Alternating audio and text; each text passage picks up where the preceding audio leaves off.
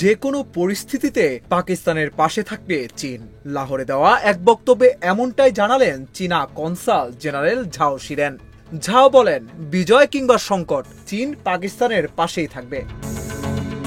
প্রসঙ্গত 22 এপ্রিল কাশ্মীরে ভয়াবহ সন্ত্রাসী হামলায় 26 জনের মৃত্যু হয়েছে।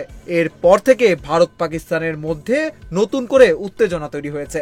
এ পরিস্থিতিতে মার্কিন পররাষ্ট্রমন্ত্রী মার্কো রুবিও ভারতের পররাষ্ট্রমন্ত্রী এবং পাকিস্তানের প্রধানমন্ত্রীর সঙ্গে কথা বলেছেন। উত্তেজনা কমাতে আহ্বান জানিয়েছেন দুই দেশকেই।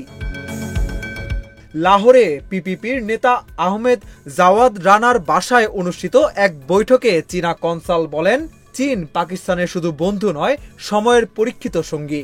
তিনি জানান, চীন পাকিস্তান অর্থনৈতিক করিডোর বা সিপিইসি, নিরাপত্তা এবং উন্নয়নের মতো বিষয়ে দুই দেশের অংশীদারিত্ব দীর্ঘদিনের এবং অটুট থাকবে।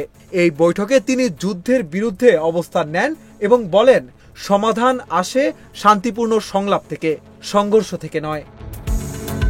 দুই দেশের নেতারা বৈঠকে বলেন, আঞ্চলিক স্থিতিশীলতা এবং সহযোগিতার জন্য গঠনমূলক আলোচনার দরকার আছে।